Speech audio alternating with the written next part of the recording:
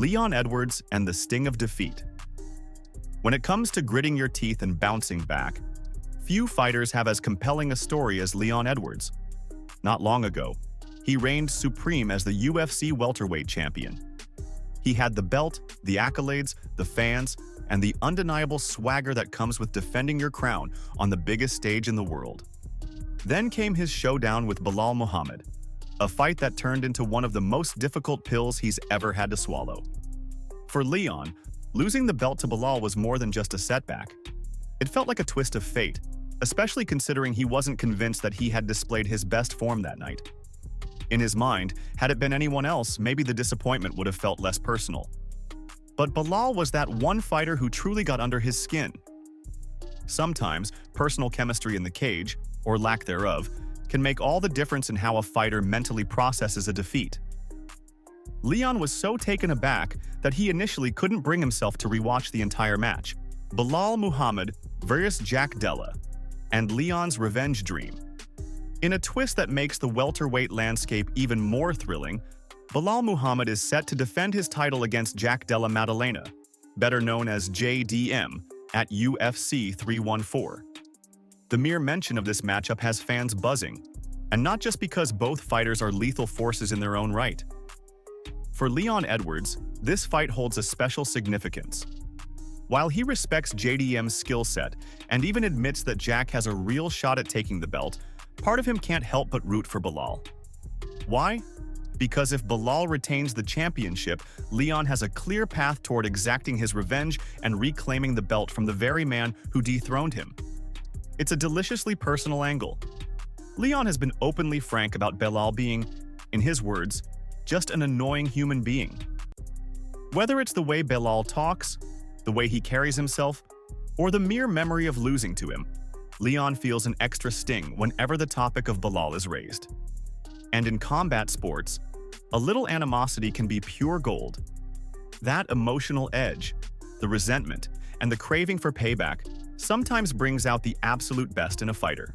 Recent fight announcement. Johnny Walker vs. Azamat Murzakanov at UFC 316. Walker's story reads like a roller coaster. He soared to fame with wild knockout victories and an unforgettable, charismatic style. Then came a string of losses that rattled his momentum. After consecutive KO defeats, he's hungry for redemption. On the flip side, Murzakanov boasts an unblemished 14-0 record, including a recent second-round knockout over Alonzo Menefield. Paul Craig vs. Rodolfo Bellato at UFC Vegas 106. Paul Craig is a fascinating fighter. Known for his lethal ground game and ability to snatch victory from the jaws of defeat, he's had a rough go recently, winning just 1 out of his last 6 bouts. Bellato, meanwhile, is coming off a razor-thin majority draw that left onlookers wondering if he'd been robbed of a victory, or if it was a fair result. Alexander Volkanovski vs. Diego Lopez at UFC 314. While not newly announced, Volkanovski's upcoming clash has garnered massive attention. Volk, after back-to-back knockout defeats, insists he's never been bigger in brand power. He's dabbled in cooking shows, media appearances, and has proven himself to be an amiable figure outside the cage. Alexander Volkanovski, reinventing the fighter brand. If you've followed MMA for any length of time, you know that Alexander Volkanovski has always been more than just a fierce competitor. Yes, he once held a belt and carried himself like a champion, but the key to his staying power might lie in his knack for seizing opportunities outside the cage. From cooking videos to guest spots on podcasts, Volk has shown a unique adaptability in the spotlight. Even after suffering consecutive losses in the UFC, he claims his personal brand has never been stronger. How does a fighter remain so confident after back-to-back knockouts? For Volk, it's about self-belief and the realization that MMA fans love an underdog as much as a champion. In the prime of his career, he's taking every chance to prove his critics wrong, to show that age and recent setbacks are merely stepping stones, not tombstones for his aspirations. Jan Blachowicz and the unfinished business with Ankalaev. The story of Jan Blachowicz is a testament to resilience and second chances. After grabbing the light heavyweight championship and defending it in remarkable fashion, Jan faced Magomed Ankalaev, a fighter many view as the future of the division. Their bout resulted in a split draw that left more questions than answers. For Jan, that unresolved chapter still gnaws at him. He wants a conclusive victory over Ankalaev, and he believes that finishing what they started isn't just a marketing line, it's a personal mission. But first, he has to get past Carlos Ulberg, who enters their upcoming matchup at UFC London with an impressive 7-fight win streak.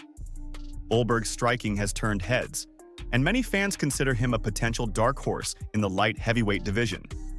Jan, unflinching in his own skill set, recognizes that halting a surging prospect could be the perfect way to secure another shot at Ankalaev.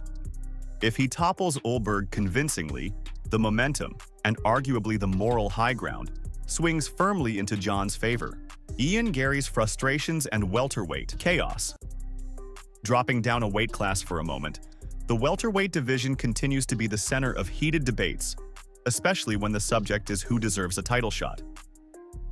Garry, who recently lost a hard-fought decision to Shavkat Rakhmonov, is especially peeved at the UFC's booking choices. In his mind, a year-long absence due to injury shouldn't automatically grant someone a shot at the belt. Yet that's precisely what appears to be happening with Jack Della Maddalena, who's scheduled to face Bilal Muhammad. Garry doesn't mince words about his anger. He firmly believes that his close fight with Shavkat, in which he claims he was only a takedown away from victory, should have kept him in the conversation for a potential title opportunity, provided the division was in a state of flux.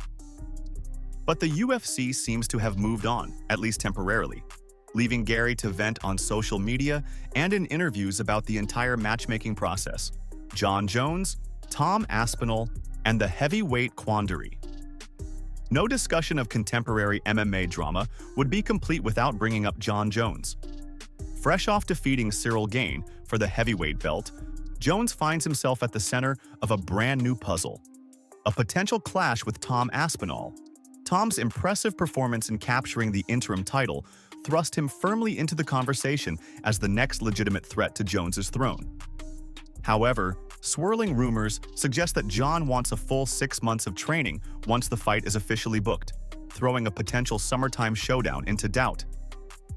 For fans, the question is whether Jones is truly cautious, wanting to ensure his best form, or if he's flexing negotiation power. Many fighters maintain rigorous training year-round, especially in divisions as fickle as heavyweight. Chael Sonnen, never one to hold back, flat-out questioned why Jones needs half a year to prepare if he's known about Aspinall's interim title fight for a while. Sonnen posits that if Jones is that concerned, maybe he hasn't been training seriously since his last victory.